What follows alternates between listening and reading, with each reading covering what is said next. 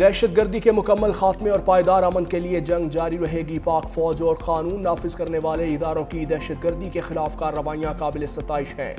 GHQ Rawalpindi میں پاک فوج کے افسران اور جوانوں کے لیے اعزازی تقریب کا انعقاد۔ کہا شہداء اور غازی قوم کا دائمی فخر ہیں۔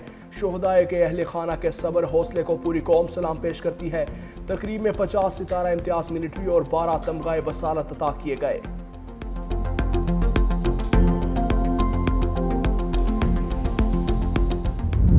گلوبل سموتھ فلوٹیلا کے تمام گرفتار ارکان اسرائیلی قید میں رہا۔ فلسطینی تنظیم کے مطابق رہائی پانے والوں کو ترکیہ منتقل کیا جا رہا ہے۔ اسرائیلی حراست میں فلوٹیلا کے ارکان پر بدترین تشدد، ارکان کو پسلیاں ٹوٹنے اور سانس لینے میں دشواری کا سامنا رہا۔ فلسطینی تنظیم کی رپورٹ کے مطابق اسرائیل نے امدادی کارکنان کو نفسیاتی اور جسمانی تشدد کا نشانہ بنایا، انہیں برقی جھٹکے بھی دیے گئے۔ فلسطینی تنظیم کے مطابق گرفتاری کے وقت ٹیئر گن اور ربڑ کی گولیاں استعمال کی گئیں۔ متعدد خواتین کے حجاب زبردستی اتارے گئے۔ گرفتار امدادی کارکنان کی گھٹنوں کے بل بٹھایا گیا، ہتھکڑیاں بھی لگائی گئیں۔ غزہ کے لیے امداد لے جانے والے بحری قافلے پر اسرائیلی فوجیوں کی فائرنگ کی ویڈیو فلوٹیلا کی لائیو سٹریم پر دیکھی گئی۔ واقعے میں کوئی فرد زخمی نہیں ہوا۔ پاکستان کی سموتھ فلوٹیلا کے کارکنان کے ساتھ بدسلوکی کی شدید مذمت۔ ترجمان دفتر خارجہ نے کہا کہ پاکستان عالمی برادری سے مطالبہ کرتا ہے کہ امدادی کارکنان کی سلامتی، وقار اور بنیادی حقوق کو یقینی بنایا جائے۔ وزارت خارجہ خطے میں پاکستانی سفارتی مشن سے مسلسل رابطے میں ہے۔ فلوٹیلا کے کارکنان سے بدسلوکی کی ویڈیو پر عالمی برادری غم و غصہ، اسرائیل سے معافی کا مطالبہ۔ برطانوی وزیر خارجہ یوئٹ کوپر اسرائیلی حراست میں کارکنان کی ویڈیو دیکھ کر دنگ رہ گئے۔ Canada, France, Italy, Netherland, Belgium, Australia اور نیوزی لینڈ نے بھی اسرائیلی سفیروں کو طلب کر لیا۔ جرمنی، برطانیہ، اسپین، پولینڈ، یونان، آئرلینڈ، جنوبی کوریا، قطر اور ترکی کی بھی اسرائیلی اقدام کی مذمت۔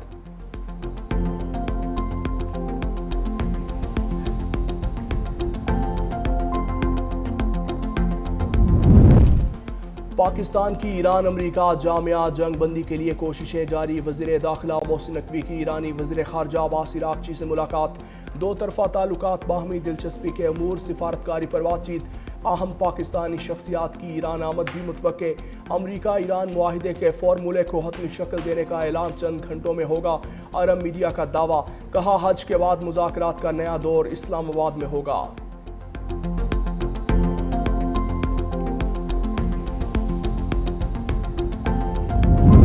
ایران کو جبر کے ذریعے ہتھیار ڈالنے پر مجبور کرنا وہم کے سوا کچھ نہیں۔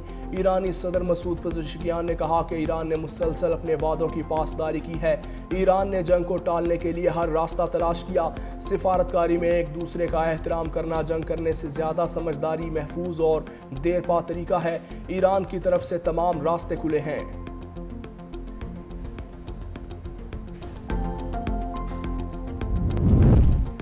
ایران امریکہ مذاکرات پاکستان کے ذریعے جاری ہیں۔ ترجمان ایرانی وزارت خارجہ اسماعیل بقائی کا برازیلین اخبار کو انٹرویو۔ کہا ایران کوئی مطالبہ نہیں کر رہا بلکہ اپنے حقوق کی بات کر رہا ہے۔ ایران پر عائد امریکی پابندیوں کا خاتمہ ہونا چاہیے۔ امریکہ کو نیک نیتی کا ثبوت دینا ہوگا۔ امریکہ کو ایرانی بحری جہازوں کے خلاف بحری قزاقی کو ختم کرنا ہوگا۔ ایران لبنان سمیت تمام محاذوں پر لڑائی کے خاتمے اور ایرانی اثاثوں کی بحالی چاہتا ہے۔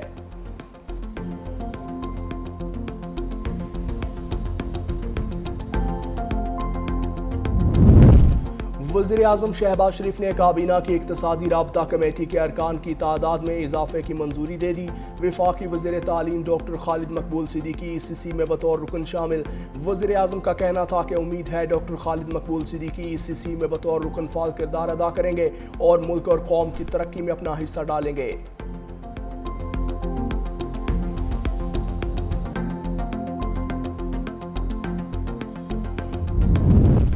وزیر اعظم شہباز شریف کا ماحولیاتی تحفظ کے لیے پرنس رحیم آغا خان کی کاوشوں کا اعتراف۔ کہا ماحولیاتی استحکام کے فروغ کے لیے آغا خان ڈیولپمنٹ نیٹ ورک ایک قابل اعتماد شراکت دار ہے۔ وزیر اعظم نے مرحوم پرنس کریم آغا خان چہارم کی پاکستان کے لیے خدمات کے اعتراف میں پاکستان پوسٹ کی جانب سے جاری کردہ یادگاری ڈاک ٹکٹ بھی پیش کیا۔ وزیر اعظم کی جانب سے پرنس رحیم آغا خان پنجم کے اعزاز میں پرتکلف ناشتہ۔ شہباز شریف نے امن استحکام کے فروغ کے لیے پرنس رحیم آغا خان کے عزم کو سراہا۔ پرنس رحیم آغا خان نے پاکستان میں اپنے پرتپاک استقبال پر وزیر اعظم کا شکریہ ادا کیا۔ سلامتی کونسل میں پاکستانی کونسلر سائمہ سلیم نے بھارتی اور علاقائی دہشت گردوں کا گٹھ جوڑ بے نقاب کر دیا۔ سلامتی کونسل اجلاس سے خطاب میں کہا کہ بھارت دہشت گردی برآمد کرتا رہے۔ کالعدم T T P, B L A اور مجید برگیڈ بھارت کی پراکسی کے گروہ ہیں۔ پاکستان کے خلاف افغان سرزمین سے حملوں کی منصوبہ بندی اور سہولت کاری ہوئی۔ پاکستان نے دہشت گردوں کے ٹھکانوں پر درست آپریشن کیے۔ بھارت جموں کشمیر پر قبضہ چھپا نہیں سکتا۔ کشمیری شہریوں کو قتل، گرفتار اور بے دخل کیا جا رہا ہے۔ منشیات فروشی کے الزام میں گرفتار انمول عرف پنکی کے موبائل فون کا مکمل ڈیٹا حاصل کر کے لسٹ مرتب کر لی گئی۔ ذرائع کے مطابق ملزمہ کے نیٹ ورک سے متعلق فہرست میں ملک بھر سے شامل افراد کی تفصیلات سامنے آئی ہیں۔ فہرست میں پنکی نیٹ ورک کے کلائنٹس کے نام، فون نمبرز اور پتے موجود ہیں۔ کلائنٹس کے موبائل نمبرز اور فورنزک ڈیٹا کی جانچ جاری ہے۔ کلائنٹس کا ڈیٹا سامنے آنے کے بعد کیس کی تحقیقات کا دائرہ مزید وسیع ہونے کا امکان ہے۔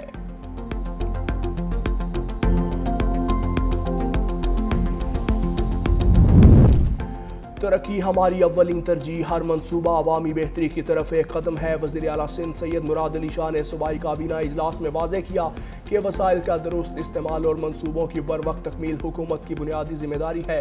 سندھ حکومت عوامی فلاح اور انتظامی بہتری کے ایجنڈے پر بھرپور انداز میں عمل پیرا ہے۔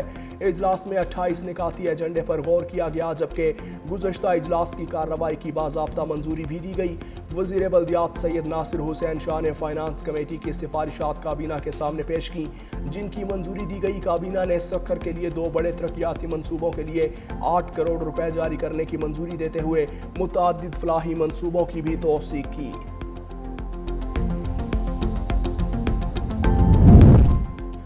پاکستان میں 2 دہائیوں بعد سمندر میں تیل اور گیس کی تلاش کا عمل دوبارہ شروع کر دیا۔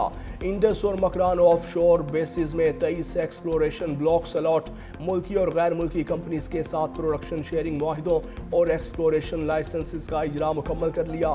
منصوبے کے ابتدائی مرحلے میں 8 کروڑ 20 لاکھ ڈالر مجموعی سرمایہ کاری 1 ارب ڈالر تک پہنچنے کا امکان۔ وفاقی وزیر پیٹرولیم علی پرویز ملک کے مطابق پیش رفت مکمل توانائی پالیسی میں اہم سنگ میل ہے۔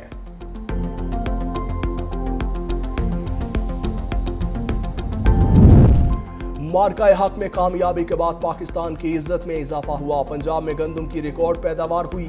حکومتی ریٹ سے زیادہ کاشتکاروں نے گندم بیچی۔ وزیر اطلاعات پنجاب عظمہ بخاری نے کہا کہ اڈیالہ کے چکر لگانے پر کسی کو بلایا نہیں جائے گا۔ اپنی چھت اپنا گھر کے تحت 60,000 افراد اپنے گھر منتقل ہو چکے۔ مریم نواز نے آذربائیجان میں پاکستان کی بہترین نمائندگی کی ہے۔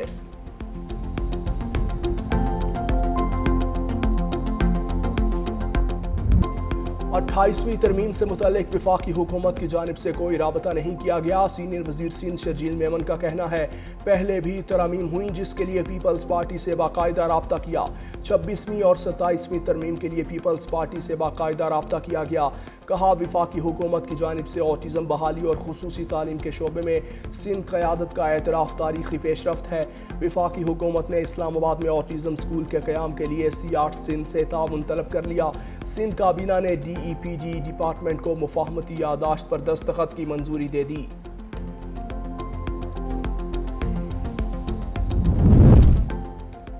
میئر کراچی مرتضی وہاب کا رات گئے واٹر کارپوریشن افسران کے ہمراہ پیری واٹر پمپنگ سٹیشن کا دورہ۔ مرتضی وہاب نے پیری پمپنگ سٹیشن پر نصب نئے پمپس کی تنصیب کا جائزہ لیا۔ میئر کراچی نے کہا گلشن حدید اور سٹیل ٹاؤن کو پانی کی فراہمی کا وعدہ پورا کیا۔